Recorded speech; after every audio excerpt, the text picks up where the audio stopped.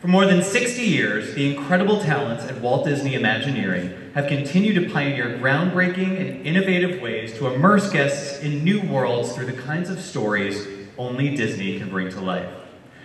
Whether it's riding on the back of a Banshee or piloting the Millennium Falcon, enjoying an authentic Hawaiian luau, or facing off against pirates in the depths of the ocean, Disney brings these worlds to life like no one else. Now, I've had the privilege of interviewing most of the panelists today who you are about to meet. Joe Rohde, hold your applause, please. Let me get through this. We're gonna have a minute, I promise.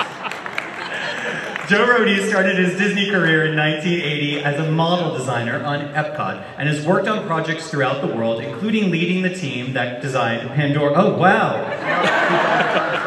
Seriously? I wanted to be like, have that moment. Ladies and gentlemen, Joe Rohde. It's like, Joe Rohde, who worked on Pandora, the world of Avatar. He also oversaw Guardians of the Galaxy Mission Breakout. See, this is what happens when they like start throwing out the talent. I'm like, oh my gosh. Ladies and gentlemen, Joe Rohde. Okay. There's more. There's more. Don't send her, hold on. Let me get through this. Jeanette Lomboy oversees all Walt Disney Imagineering efforts for Disneyland Resort and Aulani at Disney Resort and Spa. She is also responsible for one of my personal favorite attractions, the Disney Kim Possible World Showcase Adventure at Epcot. Anyone else? I had my communicator. I was running around there a lot. It was fantastic. Ladies and gentlemen, Jeanette Lomboy.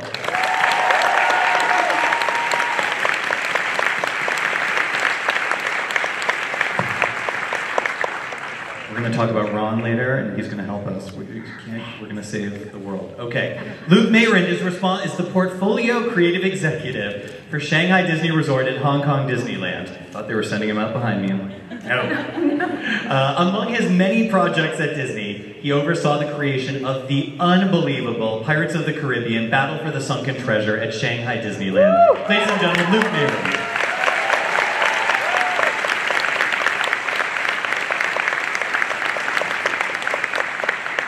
And last, but certainly not least, Scott Trowbridge oversees the development and integration of the Star Wars franchise at our parks and resorts.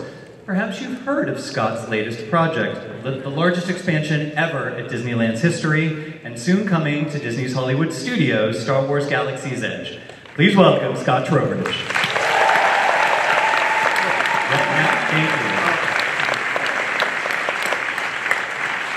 Thank you. Well, hello everybody. I have a book, I have notes, I am prepared to lead. We are going to talk about immersive worlds today. We have 4 different takes on immersive worlds represented by the people in the room here, none of whom are shy about talking. I'm going to moderate and I will dive in occasionally because of course I have strong opinions, most of which are my own. So I'm just going to dive in and start. We know the accomplishments of these people, but the worlds we're talking about are somewhat different than each other. Between Galaxy's Edge, Pandora, the world of Avatar, Aulani, and Treasure Cove, all of which are worlds that immerse our guests in different kinds of ways and for slightly different reasons, with slightly different techniques. So it should be interesting for the 4 of us, once we begin talking, to explore how this all fits together. And I'm going to start with a series of questions. And the first one, we have a long tradition as a company of building stuff anyway. Why now worlds? Why worlds? And I will turn first to Scott. This was like a game show. I know. Do I buzz in? I don't know that this actually is a big change. Saying that now we're building larger immersive worlds than we did before. I actually believe that was, if you go back to Disneyland's original roots, I think it was at that time also this idea of inviting guests and audiences to step into worlds that they maybe had seen only on screens or read about in books, maybe in the early days of television, but given the technology that was available, given the kind of the resources that were available at the time, I'm not so certain that we're not doing with these worlds today exactly what Walt Disney would have wanted to do in the early 50s had that been an option for him and the rest of the Imagineers that were working at that time. We just have better tools today, right? We have a lot more technology, we have a lot more ways in which we can engage an audience. And also, our audience's expectations have grown exponentially since the kinds of entertainment experiences, the kinds of immersive entertainment experiences that were available to them in the early 50s. An opinion. Jeanette, yes. This is an interesting thing, because Aulani immerses people in a world that's actually real, and I want to sort of turn that same question to you about what is the value of immersion when we're dealing with an actual real place that's right outside the door, which is Hawaii with Aulani. Okay, we should just step back. And I can kind of see you guys through the crowd, but how many people here have been to Aulani before? I'm seeing, okay, guys, we are coming up on our 8th anniversary in 4 days, so you have no excuse. If you haven't been, go. But for those of you that have been there, you guys may have had preconceived expectations of what you thought Aulani would be like, knowing what you thought the Hawaiian culture was about. And it turns out that, that preconceived notion of what Hawaii is and what the Hawaiian culture is actually not right? So for us as Disney, and everybody expects us to do the best, be the best, give our guests the best possible experience, we could not stand up and say we're Disney and give them the wrong experience, the inaccurate experience. We knew that if we wanted to help tell the Hawaiian story, that we needed to do it right. And to create a world in which we were actually showing you what that looked like was really important to us. I always say that Disney was just the best possible blank canvas, and the native Hawaiian culture was the paint, right? Because when you go to Hawaii, you'll get the beaches you expect, you'll get the balmy breezes, the great drinks, but we give you more, right? We give you the real stories of the place. It doesn't exist anywhere, right? The thing about Aulani is, it is not a replica of a Hawaiian village. It's not meant to be something that you would see in a museum, right? Its world that we built is informed by the past, in this present moment looking to the future. And so when we want our guests to come through the door, we want them to know, this is a world and it's about real things and real subject matter, but we're giving you more than you ever expected. Well, that thing about, there's another, so you mentioned that thing about the audience has preconceptions about what they think Hawaii might be, and by immersing them in this other essence, you sort of move them towards a better perception of what it is. Now Luke, you have another challenge, in that you have an audience with no preconceptions of the world you're presenting. Or just those that they, had from seeing the movies and some other exposure than what we're accustomed to. I think, the interesting challenge there was, it was right in between, because the world of Pirates of the Caribbean is partially the real world. It's partially imagined, it's partially newly imagined. It has some characters that are from the real world, and even like moments in history. So we wanted to kind of, work off of all of these to create that immersion. And back to the question, immersion, I think, to me, is all about extending the story. So, and once it becomes a world, once it becomes the size of a world, now you have agency, as you've taken to a whole different level in Star Wars. So in Treasure Cove, it was that introduction. So it's a lot of different things, right? So it's the invitation to step into the world, to celebrate the things that you've seen before, to extend your knowledge, to embrace new experiences. That's, to me, what the immersive quality of the world does. So I'm going to stay on that for a second, because again, with Pandora, we had this, it's sort of a thing where you have a story. It doesn't have the longevity of Star Wars. It's a more recent story. It's setting inside of a park that is already about a big idea about conservation. So again, we have a filter we have to apply, a little bit like Aulani, a little bit like you, where we want to talk about Avatar, but we really only want to talk about the parts of it that harmonize with the place where we're putting it. And to get you inside of this world for the purpose of making you think about the same things you think about all the time.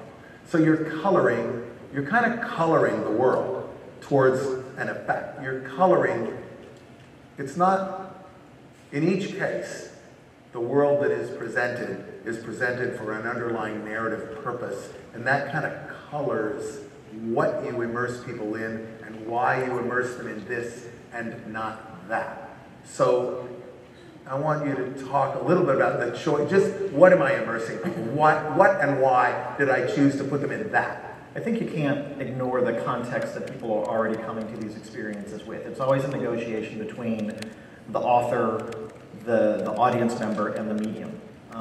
And so when you invite someone to come into a world, whether it's an imagined world or whether we're presenting a world like Hawaii, where we are trying to almost correct a misperception of that world, we have to understand the perceptions that most of the audience is coming with, right? Or the base software, right? The archetypes, the tropes, the preconceived notions. And we can't just ignore those. We have to integrate those into the way we tell those stories, because that's who our audience is, and that's how they're coming. So we need to meet them as they're presenting themselves to these experiences, so that we can take them from that place, and then through a hopefully transformative experience, move them from where they start to where we want them to go. You know, we build these things, we build these experiences for purpose, right? So that people can have an experience that hopefully is, you know, as an author of that experience, we're trying to move them towards a goal. Whether it is to have a great time, or whether it's to better understand a real culture and to kind of like sweep away those misperceptions, or whether, in the case of Galaxy's Edge, whether we just want to have people feel like they are empowered and enabled to become a hero in their own lives and in the lives of the people around them. We have to take them as they present themselves to us, right? We can't ignore that. So all those preconceived notions have to be built into the experiences we build. When we were doing Aulani, when we were doing Avatar, but also Aulani, we would talk a lot about the untutored eye. Like, what does a person not know, you know, and what is it about what they see and experience in the moment that's going to propel them into that world, that's going to get them past the world they're in, into this creative world, because you kind of have to strip your mind of what you know in order to understand what people might not know, in order to be able to get them in to the world through design. And you have all these different reasons people might not know something, including you're presenting it in a completely different country and culture, or you're presenting a culture that's less known. But what's an example, like a thing that you could imagine people would not know, that you need to use the design to get them to understand about that world? Okay, so we'll talk about, we are a storytelling company, right? And story is not expressed just by words, as you know, right? You've gone all to our parks, I imagine you have. Our storytelling is embedded in everything we do, and I will tell you, we think about this right now. In the case of Aulani, I promise you, every decision was motivated by giving you visual cues to help tell a story, or for you to unravel a thread that led to something else that was more meaningful. So if you go to Aulani, you know, average days, weekish or so, many people come back year after year after year, and we didn't expect you to get it the first time you walked through the door, right? In fact, we purposely held back, and some things are overt, but some things are actually very subtle, right? So anywhere you walk through that resort and you make a choice, or you ask a question and say, what is that thing right there? Like, I'm standing in front of it, never noticed it, this looks really great the first time I see it, there's this beautiful thing. And then you maybe might ask a cast member, right, and say, what does that thing mean? And then they start with the story, and that actually gets you motivated to actually start digging deeper, deeper, and deeper. In fact, one of the things I learned very early on about the Hawaiian culture is the more that I learned about the Hawaiian culture, the more I learned I knew nothing about the Hawaiian culture. I kind of think that's true for every single one of these worlds that we build. There are Imagineers, there are folks in the community, there's people who come together to create things that you will never know about, that we think about in the background. And as you start to learn more, you know more, and your level of engagement and the way that you connect with that story, just it grows personally for you in a unique way. So, behaviorally, people in the space. I'm sort of, you know, we create these spaces, but then there's all this sociological stuff about people in the space. It's a physical built thing, and now you have behavior in the space. How do you let people know who they are and what is expected of them in the space? And I know you have a dozen answers. I'm going to start with Lou. Sure. I'll buzz in if I need to. Oh, yeah. Do we answer in the form of a question? No. You Okay. can, as a matter of fact, I would love to see an interpretive dance, because I know. I'll join you in an interpretive dance on large scale. A positive. but only at the end. I think, so in Treasure Cove, what we were trying to do was to take an audience which, by the way, going into a brand new market, we do a lot of research. We also have a lot of people advising us as to what people will and won't do and what they like and don't like and so forth. And that's very, very challenging. So we actually went out in many, many places and tried to look at how people enjoy themselves, to kind of have an idea for ourselves, not just to kind of understand what we were informed they would do. So for example, we were told that guests in China would not want to get wet, that they would not want to do anything physically difficult, that they would have trouble immersing in stories and so forth. Right now we're ordering a second canoe that's going to go around that lagoon just because people love it so much. Okay. The water play area is always filled with people that are just spraying each other like crazy all the time. So there's a lot of things that turn out to not be true because they're kind of more universal. People love to have fun. So coming into Treasure Cove, we had to give them kind of a reason to want and to engage very quickly. The canoes are a great device for that because you come in and you get the story right away. But also we set it with all these vignettes along the way that kind of tell you, because they have their own story, what, that the pirates have taken over this place. Now you can be comfortable, you can engage. And then the deeper you go... I'm going to stop. So that's a good one. How do I know the pirates have taken over the place? That's a set of visual cues, right? Exactly. So there's like signage, not signage. They're all vignettes, props, things, moments that have happened. You can see there's a cage with a skeleton of poor pirate Pete, who just wasn't enough of a pirate. And there's a sign that tells you the rules that he broke by not being enough of a pirate. He actually was nice to people or whatever. So it's just right. So there's all kinds of things that we tried to make them all humorous because this is also not obvious and it's not like the real pirates of the world. They're Disney's Pirates of the Caribbean. But then the deeper you go, the more overt you become with it. And when you get on the Pirates of the Caribbean ride, right off the bat, you're coming in and the Captain X, Extensio's, alter ego in that one, tells you you're going on a journey, but when you enter the caves, it's Jack whispering to you, treasure. That's what it's all about, mate. That's what you're dreaming about, treasure. And he's drawing you right in because that's the universal thing. Everybody wants treasure. From that point on, nothing matters. I'm drawn in. Yeah, you got it. Tell me more about the treasure. Have to get on the ride. Oh. So Scott, you're doing this, you have the similar thing. It's Star Wars. There are different sides. Yeah. There are multiple factions. Yeah. And what would you say is the cueing system that helps me to understand as I walk in, oh, I get it. It's like this, it's like this, it's like that. Well, the very first question we asked ourselves as a project team was, who are we, right? And we knew we wanted to set out to build a place that invited us to be more participants than spectators.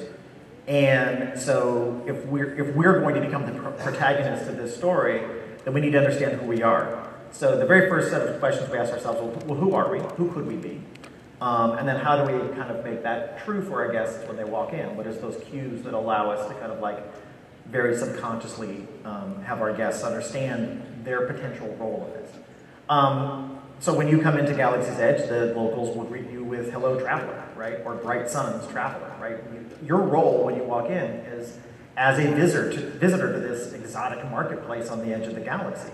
And then the whole village, the planet itself, is laid out physically as a built environment in such a way that you can never see the whole place at one time. It is a place that is intended to, as a physical environment, symbolize your role as a curious traveler. So it is a place that is intended to invite exploration, intended to invite discovery, intended to present, moments of surprise and unexpected details, so that you can kind of feel like you're having your own little Star Wars story as you make your way through it. And I think, we build those. When we build these environments, it's true with all of these places we're talking about. We build that kind of cinematic approach to that storytelling into, we don't have the luxury of editing and cinematography. We have to build in the tools that an editor uses to determine pacing and visual reveals, and the tools that a cinematographer uses to kind of a wide establishing shot or a tight close-up. We have to build those things in physically so that as you go through these spaces, we kind of create that cinematic narrative through the built environment, which is actually a lot of fun. Yeah. To figure that out. I want to add to that, because this is a shout out to you guys, because the reality is the audience is making it possible for us to create these worlds. This because people, you guys are voracious to dive in and learn more. We don't have to be nearly as linear and didactic as we used to be. We can make these giant worlds that then you guys go to explore, and you're finding the things that we've been, as we designed for, so many years, that we're hoping you'll find. Well, you guys find them. It's awesome. And the stories actually come to life because, you're looking. With Animal Kingdom, we always basically are assuming you are you. It is today, but you are not home. So even Pandora, it sort of informs you right when you walk in. It's like so similarly presented to a national park or to a reserve with the signage that the assumption would be we generally don't ask people to make a very big transit from what they are in the moment. Like, not to exactly make believe that there's somebody else, but to make believe that there's somewhere else, and then to reveal, in that case, oh, I get it, this is something like a national park or something like a nature reserve, but it's not on Earth. How many cues and how quickly can I read these to where I get it's safe to be here, I'm not expected to do something I'm not prepared to do. There will be opportunities here to engage and to learn like that. In the case of Aulani, people take this journey to come to Hawaii, and I think the lobby really is the thing that resets, like, who are you and what is this? Well, people go to Aulani and they know they're going to a resort. They're not going to a theme park to walk around and do rides, right? So we have a lot to combat, but when you walk up, you see it from distance, and you're driving up and you see these 15-story towers. It is a hotel, right? But to your point, it's even before you get into the lobby, you drive right up, and the thing that greets you isn't typical coconut palm trees you would expect in Hawaii, right? It's a lo'i, which is actually a taro field that's very native and grows poi, right? Taro that becomes poi. And then you walk into the lobby, and yes, it's a lobby. It functions in all the ways that we expect a lobby should function. But all of a sudden you realize, wait a second, they're trying to talk to me. They're telling me things through the things that we've designed.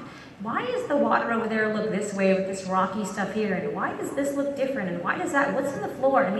Everything there is, yes, of course, we created all the programming that you need to be able to have a luxurious, awesome stay in Hawaii. But we're giving you more than you expected. And it is not what you thought Hawaii was. By the way, the Fab Five is there. They're on vacation though, right? They're not hosting, they're not at home.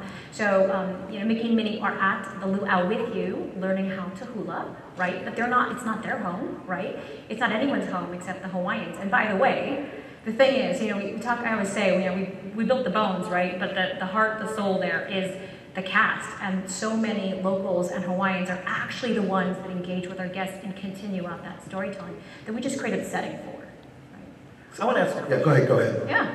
So one of the things that we've been talking about is this idea about how we're engaging our audiences, all of you, and kind of making this shift. If there is one shift maybe that we're making, from the 50s to now, it is, I think we're trying to open up more room for our audience, for you all to become a part of this story.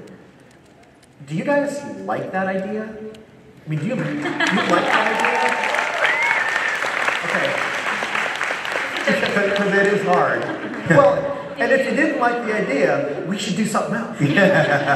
But, I guess I kind of feel like, in the world today, our assumption, I think, and I want to speak for everybody here, but I think our assumption is that we see so much of a hunger for to kind of co-create these experiences with these audiences. A place like Disneyland is so much, it is as much your park as it is anybody's, right? The fans have kind of, the same is true for Star Wars, right? It is very much a set of stories and characters that the fans have kept alive for so many years. That it is making room for those fans in these stories. We just kind of assume that people kind of want to come and play with us a little bit more. But hopefully you guys like that idea. So if you don't, Clap now. Where's clapping? Okay. Well, there's another thing in this because I think Galaxy's Edge is a good example. The world is so enveloping, so convincing, so thorough, and the choices you can make are so varied. And I want us each to think about this a little bit. Is this sort of somewhere out there is a line between the theatrical presentation of a world that seems to be real and a real world. And the act of theater, you know, like good old Aristotle and mimesis, and this weird awareness, the awareness that it's not real is the thing that allows me to play, as opposed to actually be afraid, actually be threatened, actually have stakes. And where is that line, and has the line moved? That kind of question, I think, is an interesting one to poke at, because as it gets more realistic, and as the effects get more realistic, and as the people get more engaged, that line is definitely moving from the days of spectators. So, yeah. I think it's, it's changed notably, I think, in a lot of different ways. Well, even, here's one example. The Pirates stunt show in Treasure Cove is very unique. And one of the things about it, we were wondering, right, because just kind of reeling back just in terms of, your values and what's unique. So Disney's Pirates of the Caribbean, the world it's real and it's magic at the same time, and it's scary, but it's funny at the same time. Now, we couldn't put all these things everywhere in the world at all times. The main ride is more scary and real, but the stunt show had to go much more the other way, which was, scary and magic, excuse me, and the other one was much more real and funny. So we pushed really hard, but what we found is, as we were creating the show, we thought, oh, well, we'll open it, we'll find out what happens. In a very short time, guests were telling each other at what moment of the show to shout out, calls and everything. So people would actually practice before coming to the show. So like say when they said, when you see the English, boo, so like everybody's ready. So it was like boo, and every whole house, even though it's the first time they're in the theater. So I love the idea that people are so engaged prior that they'll do their homework to come and be prepared. I think that, thank God, that's fantastic. That line is clearly moved to the point where I'm ready to step in and have a great time, and I'm going to do what it takes to actually just be, engaged as soon as I can. But I think that the idea of moving that line is, we're moving that line in terms of level of immersion. I don't know if we're moving that line. Jeanette may feel differently about Aulani, but I feel like we're definitely increasing the level of immersion. I don't know that we're increasing the level of reality, but we are increasing the level of believability, right? Believability in the story we're presenting. But when you go to a place like, Treasure Cove or Galaxy's Edge, you're probably not really worried about being kidnapped and, do I have to get a job here? Do I have to get insurance? You're probably not really, we don't want you to be worried about that. We want you to be immersed to the level that you can be, so you're not having to use your mental power to kind of like forgive as much of the things that might break you out of that story. And we're trying to immerse you into a believable story, so that there's enough things there that give you permission to play along, so that you can take your mental focus and you can take your imagination and just focus it onto being a part of that story and playing with those characters and hanging out with you tend to come to these experiences with your family and friends and people you want to hang out with, and we'd much rather you have your focus and attention being on playing together and having fun together than on having to kind of like do the math and figuring out, no, wait, where am I and what am I supposed to be, and where's the line of believability and reality? So I think as we move that line towards more believability versus reality, and more into immersion versus, just kind of like, it's almost like we're trying to, where we came from a tradition of giving you tools to pretend you're in a story, we're trying to move maybe more into reasons to believe you're in a story, and we're still kind of on that journey, of course, right? But I think, So Aulani is different and by design, and I think it's because we knew that people had, first of all, it's a 15-story hotel, right? You look around, we're not telling you that this is a real village.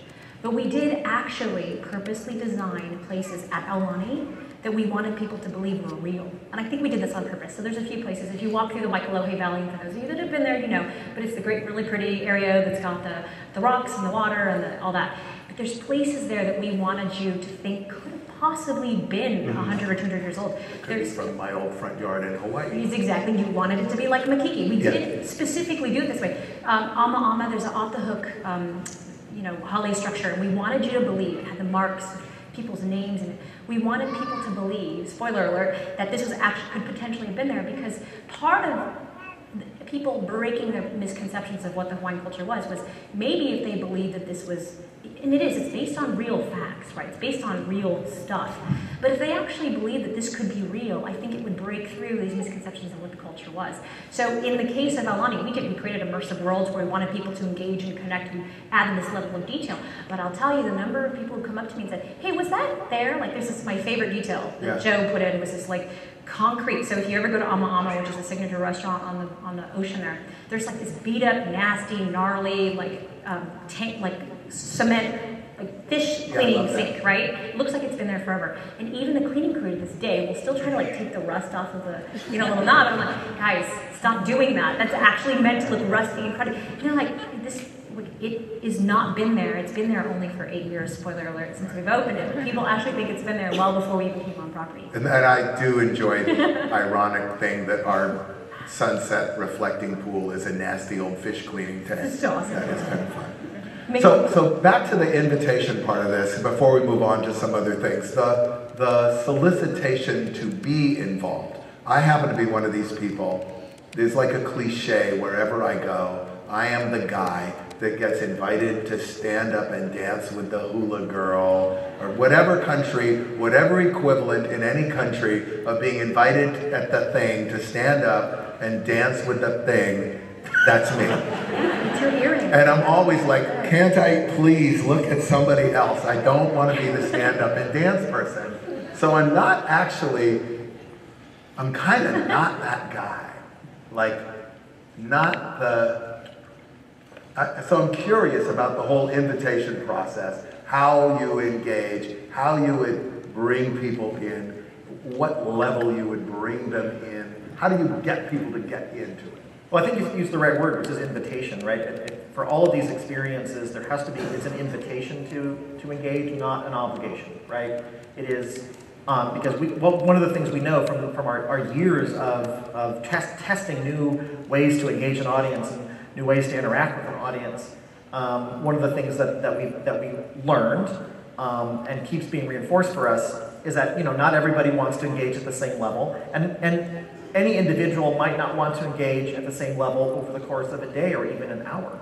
So we need to be able to give people the freedom where they can decide to engage and maybe talk with a character, or in Star Wars Galaxy's Edge, maybe with the Play Disney Parks app, maybe take on a mission for the Resistance.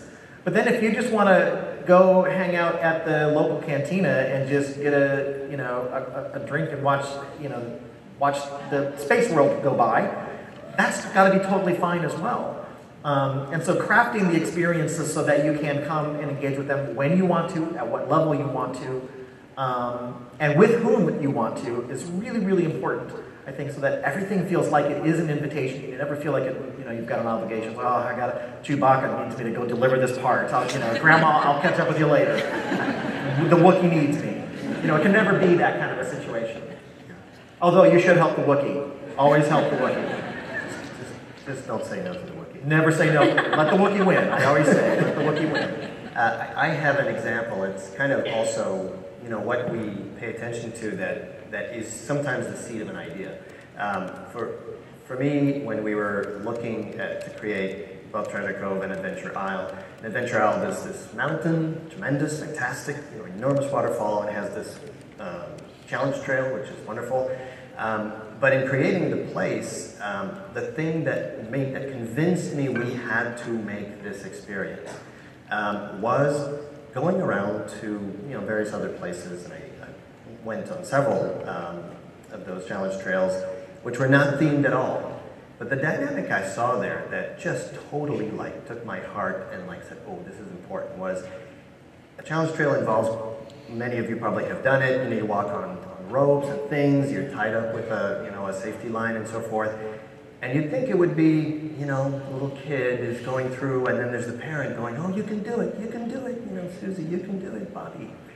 The dynamic I saw was oftentimes the kid would zip forward, be on the other side of the dangerous obstacle, and the parent be like, ooh, I don't know if I should do that. And so then it would be the kid actually empowering, their parent, their father, their mother. And that flips everything. From that moment, anything's possible in that kid's life and in a parent's life too. They've just seen something in their kid they never saw before, and the kid just realized, wow, I have power too. This is great. So that was one of the seeds behind this whole thing, all this giant amount of rock work. And with Avatar, it's kind of a seduction. I mean, there isn't a huge amount of interaction in the mode that you have with Galaxy's Edge, right? But there is this tremendous hypnotic level of mixing of real, unreal, deeper and deeper, real, unreal. Is that plant real? That one might be real, and you sort of get enveloped. And we're really shooting for not so much cognitive, who am I in the world, as it's an emotional immersion, really. The goal of the land is primarily emotional immersion in this weird, hypnotic feeling of the world. Because there's not that much, we don't have giant Na'vi walking around. You have to be inside of an attraction to engage the Na'vi. But what you're engaging with really is environment itself. It's animal kingdom, kind of what we want to get to. But we sort of do it through this switcheroo-y kind of, that plant's real, but that one's not. Oh, that one. Don't tell me they're not real. Don't tell me they're not real. Oh, yeah. I want to believe they're all real. You are strident about that thing. I had a tour with Scott of Galaxy's Edge in which he would just refuse to talk like a designer. I would talk like a designer. We did that job. So you live in whatever reality you want to live in. I'm going to live in my reality. We like reality. I like it. But that thing about getting people, people need these different levels to be able to be in that land. They need to seat themselves, where they want to be in a land in order to have the mental freedom to engage it and not be like, no. Do not ask me to get up and dance with a coconut bra. Don't do that. We don't have that at Alani. I know. I have had that more than once. Has that happened to me? Well, oftentimes though, it's not, again to the point about not providing the choice. A lot of times we're happy to watch somebody do it, or watch your child do it, or watch a friend do it, and that's enough. That's enough of a vehicle for someone, so I'll watch you do it this time, so that I don't have to, but also so I can benefit and just join in. I mean, I think providing that level, right? So you don't want to draw every single person into everything. I think that's actually really important for the way that we as designers do think about these places is, and I kind of mentioned this before, is that, unlike a movie or a book or, a piece of media you're watching on a device or a game, which tend to be solitary experiences. I mean, even if you're going to a movie with your friends, you're sitting and you're having a parallel experience. You're sitting next to each other, but you're not, you're focused at the screen, you're not focused on each other. When we build these places, and all of the places we're talking about are examples of this, they're intended to be a place to share with your family and to share with your friends. And so, I mean, I know that we all build into these experiences moments where we encourage you to turn towards each other, right, for reflection, for engagement, to have fun with the people you love and care about and came to have a good time with. So we always have to think about these experiences as designers, as building in those moments where you're going to either make choices as a group or where we want you as a group to have a moment to turn towards each other instead of turning towards the more theatrical presentation that we built for you. Pretty much what we try to do, we just try to facilitate memory making, right? I mean, quite simply, and we try to do it for every age, whether you're 3 or you're 93, right? And it's a pretty daunting challenge. Like I think about, everyone's got a conception of what a Hawaiian vacation looks like, right? We know what that looks like. But one of the things I still get to this day is, how many menehune are at Aulani? Like, how many did you guys hide? I'm like, we didn't hide any menehune. What are you talking about? Those are real menehune. So if you guys have been to Aulani, right, like these menehune are hidden everywhere. And we did that for the kids. But it turns out that it's like the grandparents, the parents, everyone wants to know, right? So, all we're there is to facilitate people making memories together, whether, and it isn't just about you sometimes, it's about who you're with. Well, best example, I mean, just on a personal level, I've been through the lightsaber experience twice. Yeah. Neither time did I actually get one for myself. Once was for my son, and another time was for a friend. I had just as good a time as they did, and I loved it. I mean, it was actually kind of a different experience. I can look forward to doing it myself later. Yeah, it's more fun to see my kids but do it's it. wonderful doing it, Absolutely. especially with your child. Yeah, we're keeping us on track. Go ahead. Well, there is, each of these, again, they have an ultimate purpose in either enveloping you in a fantasy story, sort of enveloping you in a real world, enveloping you in a new world you might not be as familiar with, enveloping you in an idea. And that, I'm just going to talk for a second about this, the physicalness of the envelope. So you're putting people in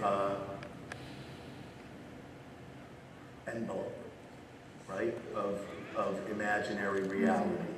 And there are limits to it. With Avatar, one of the things we did that we hadn't really done quite like before is there's so much over your head. We're kind of handling the sky inside this world.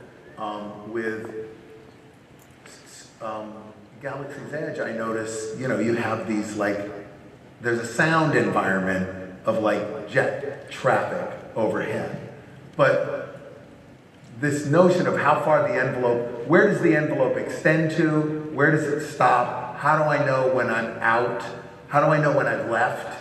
That kind of, where's the terminus? Both experientially, because there's some things like I have to go to the bathroom and I don't need any jargon. I really want to find bathroom, There needs to be no confusion about how that equipment works. Yeah, no, you know what I mean? Works the same on Batu. Works on our. We need to make sure everyone can find it, otherwise the consequences totally are could bad. come up with some fancy. No, we did. We had many conversations around, we can do this cool thing in the bathroom where there's this thing halfway up the wall, and there's this thing people are going to get confused. We're in the restroom. You'll pay for that. You just kind of need to know how to use the restroom. So we'll just dial it back a notch or two in there. Yeah. But oh man, if anybody, we could do a whole book on the bathrooms of we call them refreshers. Of all the designs that we kind of came up with, and then thought, people won't know how to. We do care about our bathroom designs, just so you guys know, we really do obsess over it. Yeah. Well, I mean, simple things, are some very fundamental choices in Shanghai. One of them was that the first language and the only language for all the shows is Mandarin, so that no one is wondering what's being said or where things are or what things are. So that's the primary language. Now, there's thematic language that's in English to support it, because many people, of course, read and speak English, but we had to make that decision early on to say, okay, that's accessibility. That's to make it good for everyone that comes there, because that's a 97%, mainland Chinese audience. That's a choice we have to make. That was a lot harder for us, but that was one of those barriers we wanted to make sure were removed so that everything else was clear. I mean, you asked the question about how do we find a terminus, right? Or if we're doing our job well, we're constantly kind of redirecting you back towards the center of that experience. I mean, even the things like we're doing in the sky, and I think Avatar Pandora does a fantastic job of of kind of limiting your view shed, right? It gives you kind of are so amazed at what you're seeing. I think you just kind of give up and you're just kind of like, okay, it's real. I get it. It's real. And then you can kind of focus down here because we are, we're kind of doing these things to kind of refocus you where we want you to be focused. Yeah, I think at Aulani it's interesting. I think about what I hope. I mean, it is a hotel. I keep saying that, but it's more, right? You go and it's more. And I'm hoping, because we did take a lot of time to be thoughtful about every decision we made, that when we talk about what's this barrier, right? The Hawaiian culture embeds every part of every decision we made there. So even when you stay in one of our hotel rooms, I hope our guests are saying, wow, they really thought about that. What's the shape of that light fixture? Does that look like a sail? Did I see that at the luau when they were doing the thing? Like, then that went, wow, they really, like, what's this thing printed on the bedspread? Is that like something that looks like the cast member costumes? Like, we really did try to, you know, even though you could have designed a hotel room very simply, we did really try to say, how can we give you guys the opportunity to ask questions about what else it can lead you down to. So it would enrich your story, it would enrich your ability to connect and learn more. And by the way, if you didn't want to ask any questions and you really just want to look at the ocean and have a drink, you could do that too. But it was there for you. And we were very thoughtful about that in every single choice we made, right? So I'm going to switch to another thing about just the sheer physical challenge of this. You're making a place that has to be built, right? And yet it represents, in some cases, in the case of Star Wars, for example, a world that people are super familiar with. In the case of Aulani, a world with cultural rules about what can and can't be depicted and how. So just onto the physical challenge, the process challenges of getting this thing done. This is probably more anecdotal than anything else about just the difficulty of making a world. So. Aulani was so challenging. That's what becomes a job, right? I mean, it is hard to do, right? And you know, if we are sitting here talking about this work, we're really representing the work of hundreds, if not thousands, of designers that have put their blood, sweat, and tears into these places, doing everything from those textile designs to the lighting design to what the lighting fixtures themselves are. You know, Imagineering really is a place where we can tap into just this amazing set of expertise across all these different disciplines that make it real. But it is those details that, you know, that we've all been talking about, I think, that make it real. For Galaxy's Edge, you know, Star Wars has kind of a funny, I don't know that everybody does know the Star Wars design language, right? Because not everybody across the globe has, you know, the same level of familiarity. But one of the things that makes Star Wars, I think, distinct from a place like Avatar, and even I think distinct from a place like a more fantasy version of Treasure Cove, and definitely different from Aulani because it's not trying to represent a reality, is that Star Wars from the very beginnings, from the very first films in the 1970s, had a very, very strong DNA of reality in it. You know, and I think that was largely driven by the production constraints at the time. You know, they couldn't build, there wasn't a computer graphics facility there, you know, at that time in the early 70s, or mid to late 70s, I guess. So you had to go to locations. So you had to go to the Redwood Forest. You had to go to the deserts of Jordan. You had to go to these places to shoot, and then bring a little bit of Star Wars to kind of make it feel different. So the DNA of Star Wars design still has, to this day, a very healthy sense of it's a real place that has a real history, and a real patina, and real wear and tear that has had a layer of Star Wars added to it.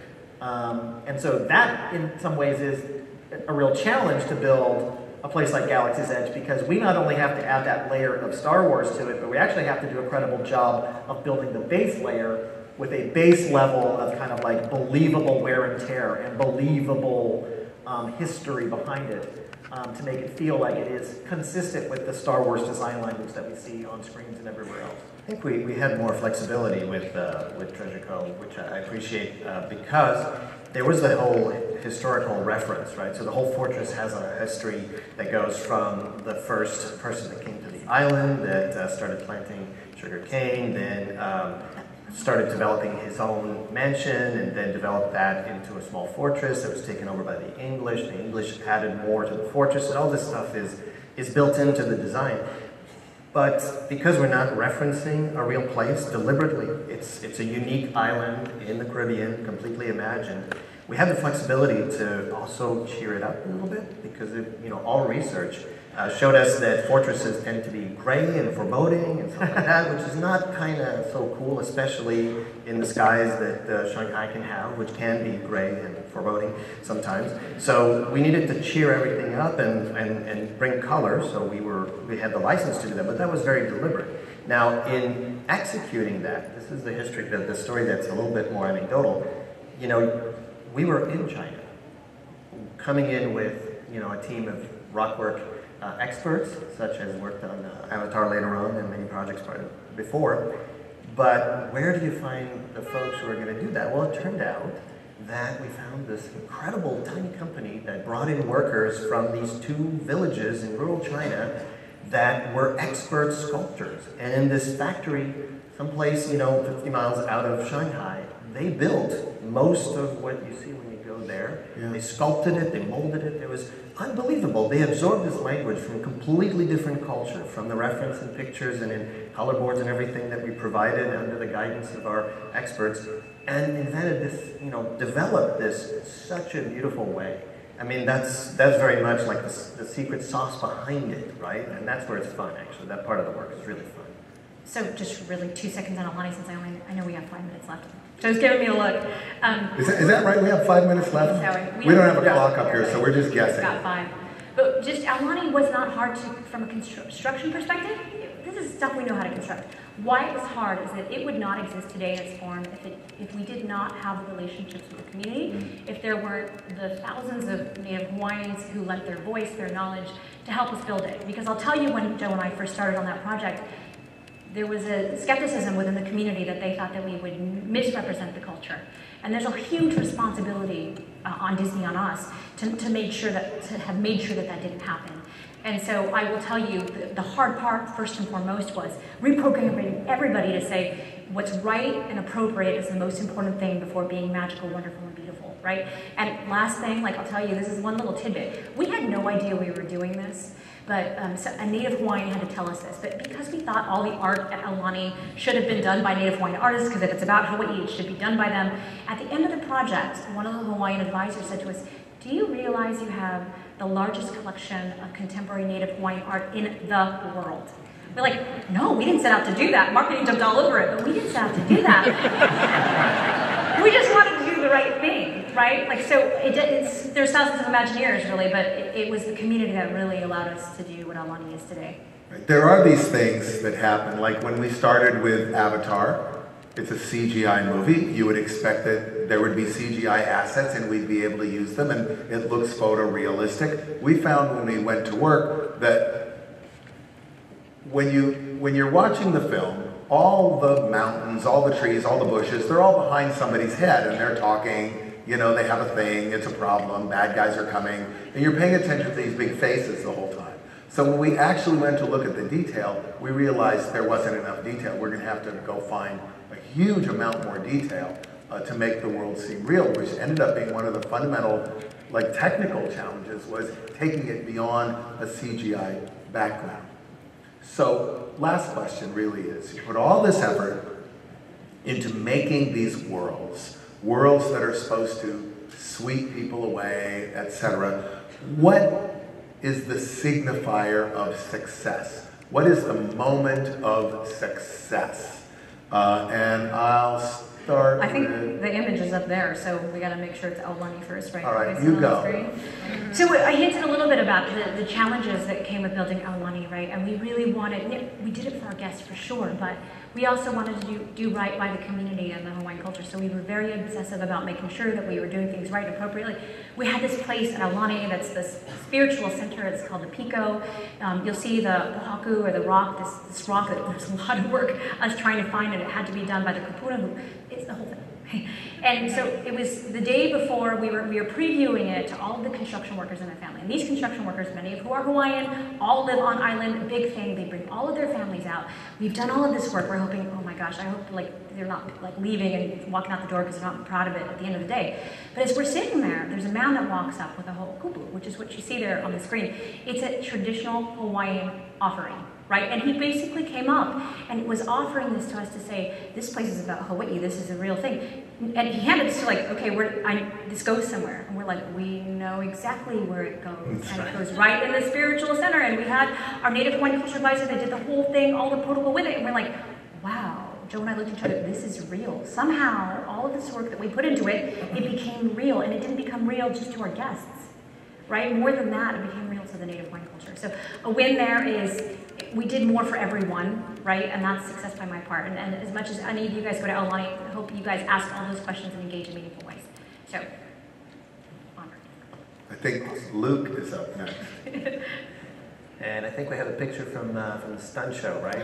So this is a story I talked about earlier. I mean, this is amazing to think that many of these folks who didn't grow up with the pirate stories that, you know, we would have been very familiar with, who, you know, at the time of those stories, their country was in a very different state, and they're coming to celebrate, to enjoy this moment and really do it together. And after this, you know, you'd see kids walking outside, and, you know, brandishing the little, you know, swords, kind of running around, and that just cheered me to my core because they completely absorbed the story with, you know, none of the, you know, whatever negative, you know, background there might have been, and just enjoyed, you know, and cheered these characters on stage. To me, that's wonderful. And you see all ages, you know, that's one of the things that's great about the, you know, meeting this audience in China is that everyone in the family engages just equally. I mean, you see grandmas do exactly that. It's really funny.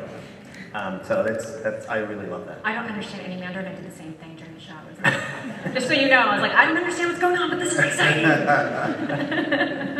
So with Avatar, we have this moment in the third act of the ride. I mentioned that Avatar is primarily about creating this hypnotic immersion in a mood, like a mood. And there's this moment, and it's pretty much consistent. If it's gonna happen, it happens in the third act of the ride after you've come out of the cave, where there is a very potent, peculiar emotion that's very hard to put your name on, but it affects a lot of people, and it affected us as well. And we discovered this. It was a discovery. While we were developing the ride, we all started to have this emotion as we come out of the third act. And so then we started to try to cultivate it, but it is kind of the crosshairs of this land that can sweep you up emotionally, because it's not like it's not an essay, it's just this sort of poem. And this moment in the third act with this weird emotion that makes you feel kind of upbeat on the one hand, but kind of weepy on the other hand. Very hard to define emotion, but it's kind of the spiritual epicenter of Pandora, is this moment on this ride. That's so great. So for Star Wars Galaxy's Edge, I'm going to tell you a story that happened to me last night. And it did not involve Joe Rohde in the coconut brawl. I was actually over at Galaxy's Edge. Has anybody been to Star Wars Galaxy's Edge? Okay. So some of you may know this area. I was over in the Resistance camp area, which will, in the very early part of next year, be recruiting new members of the Resistance. So hopefully you'll rise to that challenge. But for now, I was over there in that area because our work is actually never done even after we finish these projects. There's no such thing as actually finishing them. So I was over there, and Chewbacca was there, and there was a little boy who might have been maybe 7 or 8 years old, and was having this encounter with Chewbacca, and kind of they were having this moment. And I wasn't close to them when they're having this moment, but I heard this family as they were walking away, and this little boy said to his parents, who again must have been 7 or 8, said, "So wait, Chewbacca is real? So wait, that means the Jedi are real? That means Star Wars is real?" And I swear to God, that happened last night, and I was just like, yep, that is what success looks like. When you can have somebody believe so much that they're willing to kind of, you know, put themselves into that story. I think that is what I think, you know, that's all we can hope for, is giving people experiences that they couldn't possibly really be having, but they are. So we work on these worlds, you know, for years to prepare them for all of you. And we have the privilege of walking around in them before they are open, which is a certain subtle privilege, you know, of being in a quiet world full of detail and all the labor and all the soul that people have put into them. But they really are, as Scott said, brought to life by you. And so we kind of owe you the debt of gratitude for being the vitality that comes into these lands that makes them more than concrete and steel, more than special effects and some light that blinks on and off, or, you know, they're made real by you. And they are made real for you. And so for that, we thank you and we conclude.